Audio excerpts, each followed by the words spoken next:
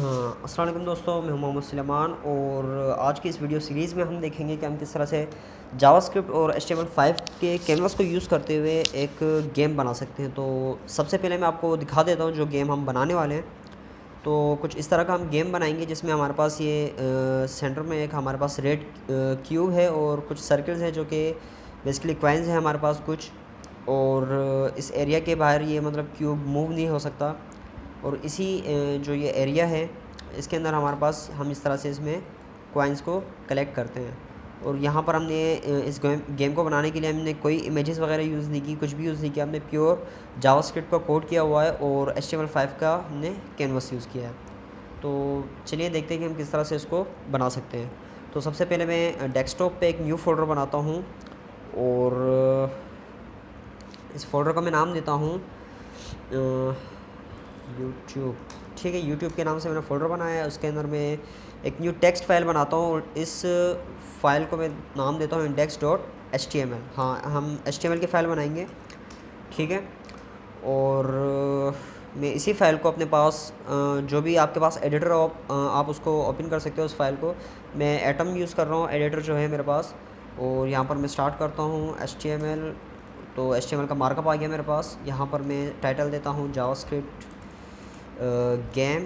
और यहाँ पर मैं एक HTML5 का एलिमेंट यूज़ कर रहा हूँ CANVAS कैनवास। ठीक है, और इस पर मैं आईडी लगाता हूँ माई कैनवास। ठीक है, और विड्थ देता हूँ मैं 580 और हाइट में देता हूँ इसको 500 पिक्सल्स और इसको मैं क्लोज़ कर देता हूँ। ठीक है, तो मेरे पास एक सिंपल एक एलिमेंट है HTML का कैनवास। और अगर हम इसको यहाँ पर ब्राउज़र में इसको ओपन करें, एक्चुअली मैं इस फाइल को क्लोज़ कर देता हूँ और मैं इस फाइल को ओपन करता हूँ। तो फ़िलहाल इसमें कुछ भी नहीं है। अच्छा, इसकी हम स्टाइलिंग भी करेंगे इस आईडी के थ्रू। मैं इंटरनल CSS यूज़ कर रहा हूँ और इस फाइल को मैं कुछ स्टाइलिंग देता हूँ, जैसे कि फॉर एग्ज़ाम्पल मैं कहता हूँ कि हैश माई कैनवास जो उसकी आईडी है, और इसको कर दो आप डिस्प्ले ब्लॉक कर दो। विड्थ इसकी हमने दी हुई है वहाँ पे, यहाँ दी हुई है विड्थ और हाइट दी हुई है। डिस्प्ले ब्लॉक करते हैं। बैकग्राउंड जो है इसका कलर देते हैं EEE डिस्प्ले। ठीक है, डिस्प्ले बैकग्राउंड EEE और इसको रिफ़्रेश करते हैं तो ये इस तरह से हमारे पास आ चुका है। ठीक है, ये आपको अगर दिख रहा हो तो हमारे पास ये कैनवास आ चुका है। लेकिन इसको सेंटर में लाने के लिए मैं यूज़ कर रहा हूँ मार्जिन 0 ऑटो। ठीक है, तो ये इस तरह से मेरे पास ये सेंटर में आ चुका है। अब यहाँ पर हम क्या करते हैं कि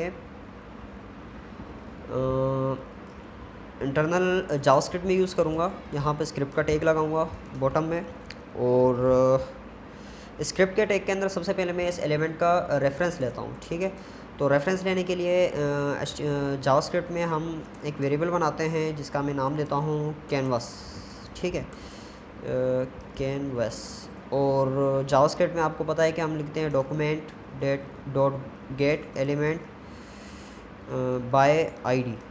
ठीक है, ये यूज़ होता है हमारे पास बाय आईडी किसी भी एलिमेंट को पुट करने के लिए। तो हमने इस पूरे इस वेरिएबल को इक्वल कर दिया इस पूरे के पूरे एलिमेंट के साथ। ठीक है, अब हम जो गेम बनाएंगे तो ज़्यादातर हम कैनवास पर ड्राइंग करेंगे।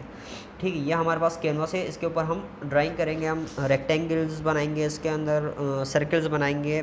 तो उसके लिए हमारे पास इसका कॉन्टेक्स्ट लेना ज़रूरी होता है। तो हम एक वेरिएबल बनाएंगे CTX यानी कॉन्टेक्स्ट के नाम से। ठीक है, कुछ भी आप वेरिएबल का नाम दे सकते हैं। मैं CTX यूज़ कर रहा हूँ, शॉर्ट फॉर्म कॉन्टेक्स्ट की। और यहाँ पर जो हमने वेरिएबल लिया था जिसमें हमने रेफरेंस लिया था कैनवास का, उसी में डॉट लगा के हम करेंगे गेट कॉन्टेक्स्ट। ठीक है, और ब्रैकेट के अंदर यहाँ पर हम इसको देते हैं 2D। तो 2D में हमारे पास इसका हमने कॉन्टेक्स्ट लिया है इस कैनवास का। यहाँ कमेंट में लिख देता हूँ कॉन्टेक्स्ट, गेटिंग कॉन्टेक्स्ट। ठीक है, अच्छा, ये कॉन्टेक्स्ट यूज़ क्यों होता है ये वेरिएबल, ये इसकी एक एग्जांपल दिखाता हूँ मैं आपको। यहाँ पर मैं लिखता हूँ CTX डॉट बिगिन पाथ।